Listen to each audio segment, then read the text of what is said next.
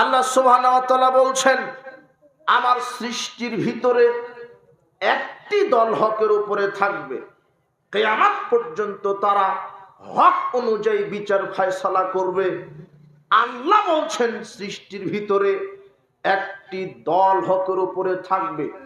সাওবান রাদিয়াল্লাহু আনহু বলছেন, রাসূল সাল্লাল্লাহু আলাইহি ওয়াসাল্লাম বলেছেন, লা তাযালু তায়ফাতুম মিন উম্মতি যাহিরিনা আলাল হাক্কি লা ইয়াদুররুহুম মান খাযালাহুম হাত্তা ইয়াতামরুল্লাহি ওয়া হুম কাযালিক।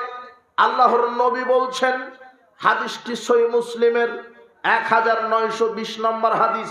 আল্লাহর নবী বলছেন, কিয়ামত পর্যন্ত আমার উম্মতের ভিতরে একটি দল হকের উপরে বিজয়ী থাকবে চিরকাল, পরিত্যাগকারীরা তাদের কোনো ক্ষতি করতে পারবে না।